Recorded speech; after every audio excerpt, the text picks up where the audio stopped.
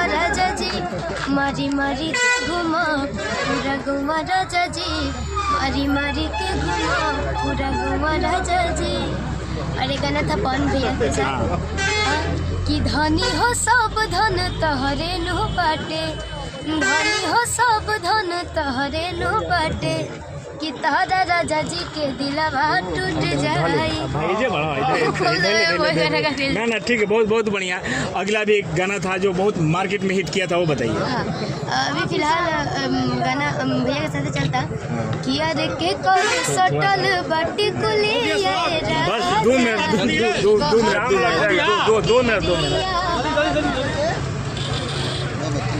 और फिलहाल में वो गाना चलता कि पूजा के सब करा से सब कोनो छोकरा से।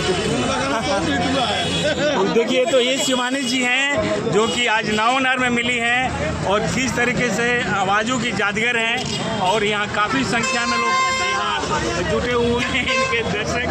तो ये दृश्य नावनहर और भाई लोग हैं, बाउंसर हैं, देखिए शिवानी जी कितना बड़े बड़े बाउंसर लेके चल रही हैं। सुनील जी हैं, ऐसे ऐसे बाउंसर आज अपना परिचय के मोहताज नहीं है जो कि चल रहे हैं।